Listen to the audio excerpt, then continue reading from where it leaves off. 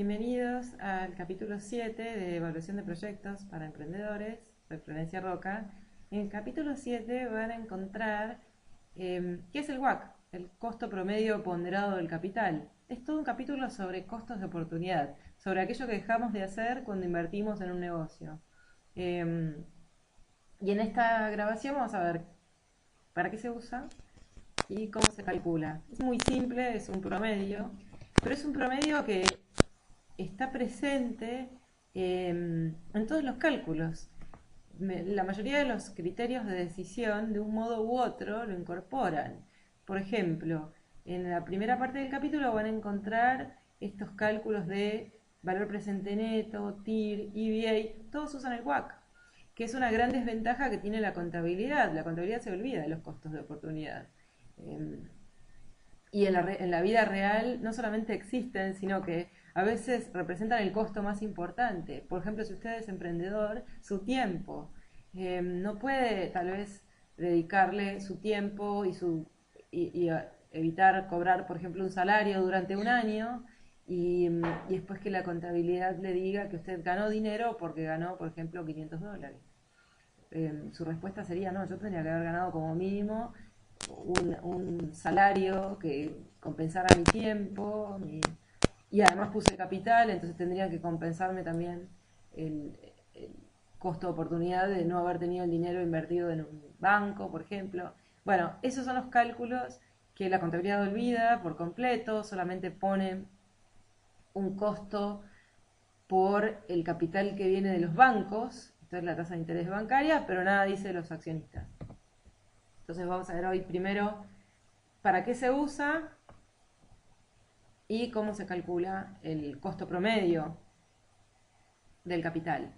Por ejemplo, si vamos a evaluar un proyecto con valor presente neto, que es el criterio más común en todos los proyectos está,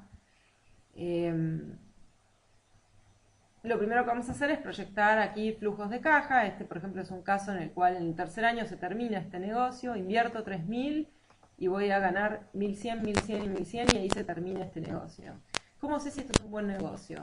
Por supuesto no puedo hacer directamente la suma de todos los ingresos que darían acá 3.300 y decir, bueno, como 3.300 es mayor que 3.000, acá hay un buen negocio. No sé, depende del costo de oportunidad. Si hay inflación, por ejemplo, estos 1.100 que recibo en el año 3 son mucho más pequeños que los que recibo el año próximo. Asuman, no sé, por ejemplo, un 30-35% de inflación como tenemos hoy en Argentina, haría que este número tuviéramos que ajustarlo, tal vez tuviéramos que sacarle una parte para hacerlo comparable con este otro. Tal vez tendríamos que sacarle un tercio o tal vez más. El riesgo también es importante, todo eso va a estar en la tasa de descuento, todo eso forma parte del WACC. Por eso, al descontar a valor presente flujos de caja, lo que hacemos es justamente descontar, quitar una parte. En este caso va a ser 1 dividido 1 más el WACC elevado a la 1 elevado al cuadrado y elevado al cubo. Estos serían los factores de descuento. Si quiero directamente tener los valores presentes, también lo puedo hacer. Tomo el flujo y lo multiplico por el factor, o tomo el flujo y lo divido por 1 más el WACC elevado al periodo correspondiente. Cualquiera de las dos formas llevo al mismo resultado. Si descontara también el primero, me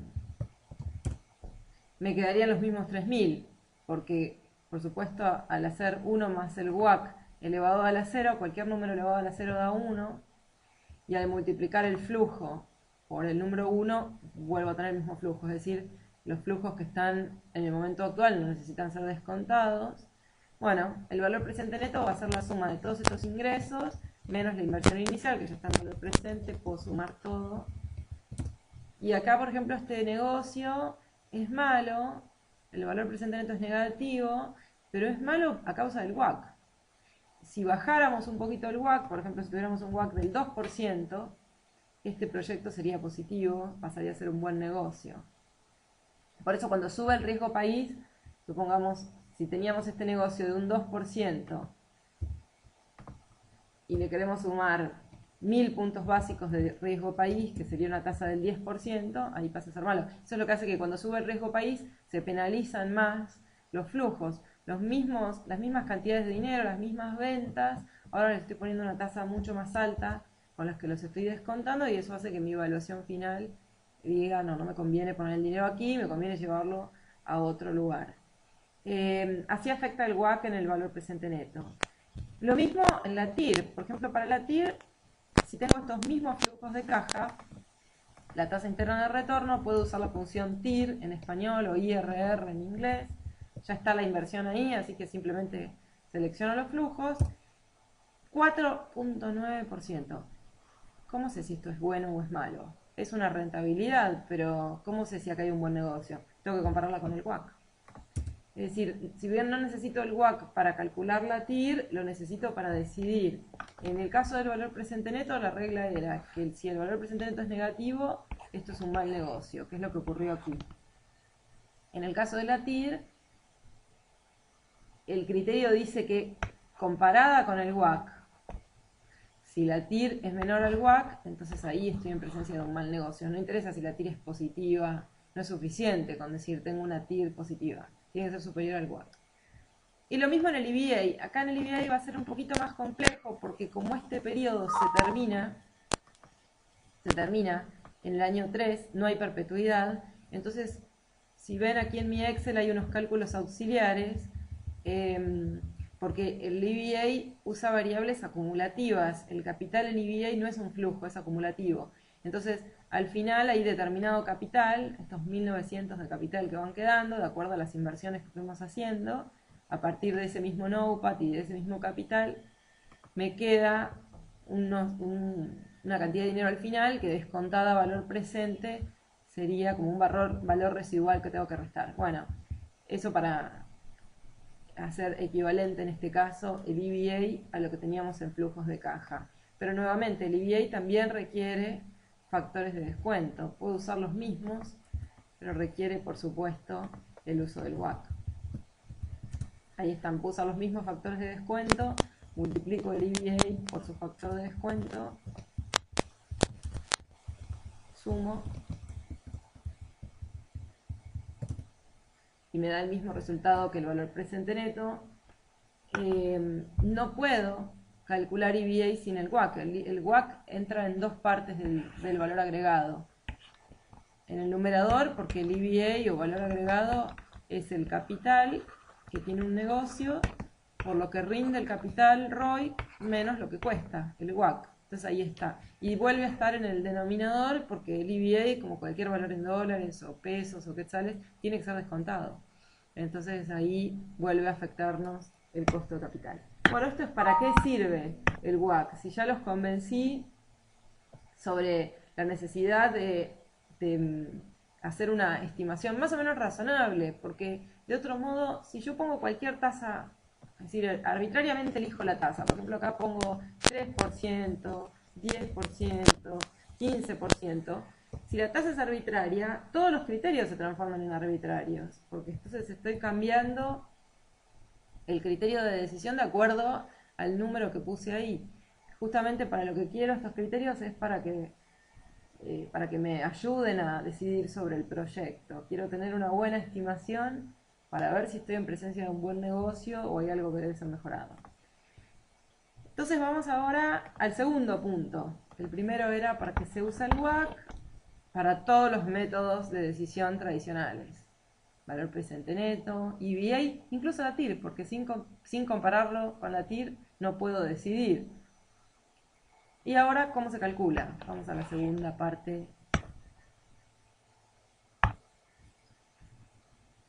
El mismo nombre me da la fórmula. Lo voy a escribir aquí.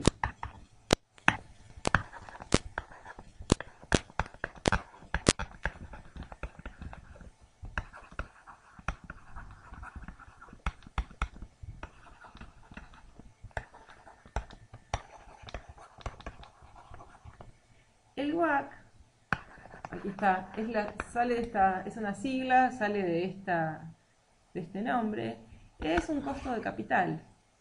Es un promedio de costos de capital. ¿Qué costos de capital? Bueno, los de los accionistas,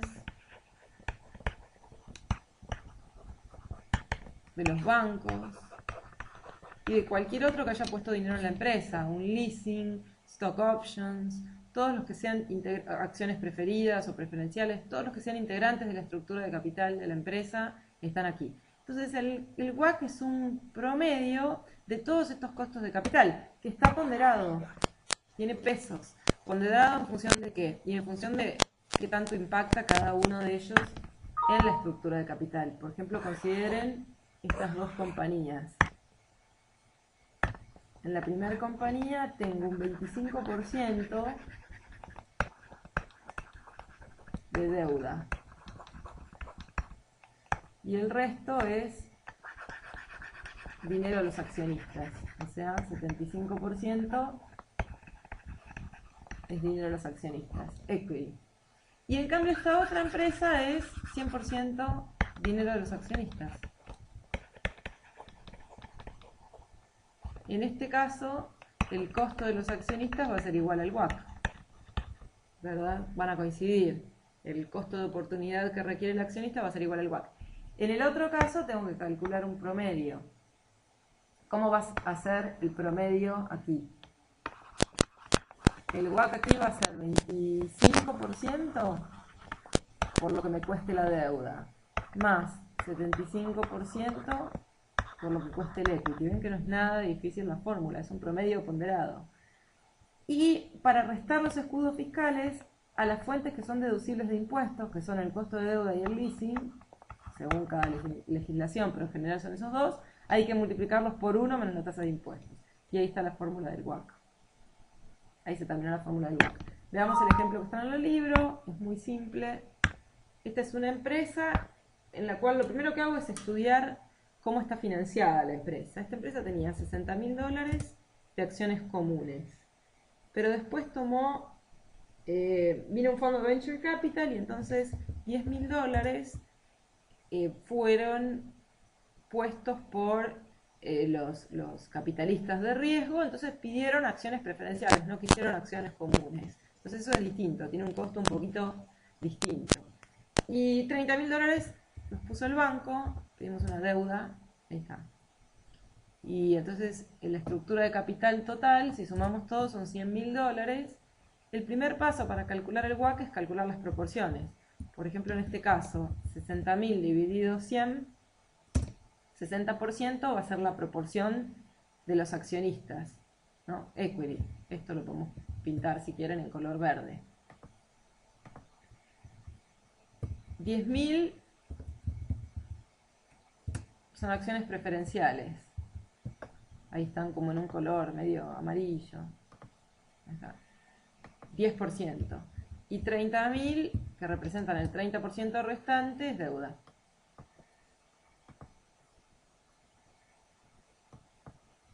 Ahí está.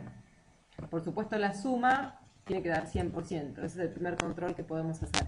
Y ahora para cada uno de estos hay un costo. El más fácil es el último, el costo de la deuda. ¿Dónde buscamos el costo de deuda? ¿Cuánto me cuesta una deuda? Y bueno, me cuesta lo que está en el contrato. O si no tengo deuda, pero estoy proyectando tener deuda en el futuro, puedo llamar al banco y preguntar a qué tasa me prestarían. Si no puedo llamar al banco, puedo averiguar, de acuerdo a la calificación crediticia de mi empresa o de empresas similares, cuál es la línea de créditos más o menos que podría obtener. Segundo lugar, acciones preferenciales o preferidas también tienen un costo de oportunidad. Hay que ir a ver los estatutos de la empresa. Este es un poquito más difícil de calcular porque por lo general estas acciones piden algún dividendo acumulativo, que es casi un interés, ¿no? Es un interés que no se paga cuando hay pérdidas, pero si hay ganancias hay que pagarlo y hay que pagar todos los acumulados. Entonces tienen un costo un poquito distinto. Ahí pusimos 13%. Evidentemente son un poco más caras que la deuda. Siempre van a ser más caras que la deuda, pues son un poquito más riesgosas. Y finalmente los accionistas, acá arriba. ahí tenemos el costo de los accionistas, que esa es la tasa que obtenemos con el modelo CAPEM, que es el próximo capítulo. Esa es la tasa más difícil de estimar, sin dudas. ¿Qué rentabilidad mínima deberían requerir los accionistas por su inversión en la empresa? Y bueno, depende de lo que rindan otras empresas en el mercado, del riesgo de la empresa. Eso es más difícil de estimar. Generalmente se usan modelos de riesgo y rentabilidad como CAPEM, APT, y entonces ese es el tema del próximo capítulo. Es un tema importante, entonces le hemos dedicado un poco más de tiempo. Finalmente, a los costos que son deducibles hay que quitarles los impuestos. En este caso, solamente la deuda es deducible de impuestos, entonces, si la tasa de impuestos es 30%, tomamos este costo de deuda que estaba ahí, que es 10%, y lo multiplicamos por 1 menos el 30%. Nos va a quedar un costo más chico, efectivamente, quedó 7. Quedó un costo más chico que muestra que, como por un lado pagamos intereses al banco, pero por otro lado, por el hecho de estar endeudados, nos ahorramos impuestos, esta deuda en realidad no cuesta 10%, cuesta un poco más barata, cuesta 7. En cambio, el mismo dinero se lo pedimos a los accionistas, preferenciales o comunes, y no hay ninguna posibilidad de deducir dividendos, por ejemplo, de impuestos. Entonces esos costos quedan así como están. Entonces ahora necesitamos dos datos para calcular el WACC. Las proporciones en que cada uno de estos inversores financió la empresa, que por supuesto suman 100%, y los costos de cada uno teniendo en cuenta los impuestos en el caso de que sean deducibles, como era aquí para la deuda. Y ahora hay que calcular un promedio ponderado, entonces tenemos un 60% de acciones comunes que cuestan 15%, multiplico esos dos, más un 10% de acciones preferenciales que cuestan 13%, más un 30% restante de deuda que cuesta 7%. Y ahí está. El WACC, por supuesto, como es un promedio, no puede ser más alto que 15 ni más bajo que 7. Tiene que estar en algún lugar ahí intermedio. Una forma alternativa de resolverlo es usando la función suma producto, tomando las dos matrices que quiero multiplicar entre sí. Llegan al mismo resultado. Bueno, ese es el costo de capital.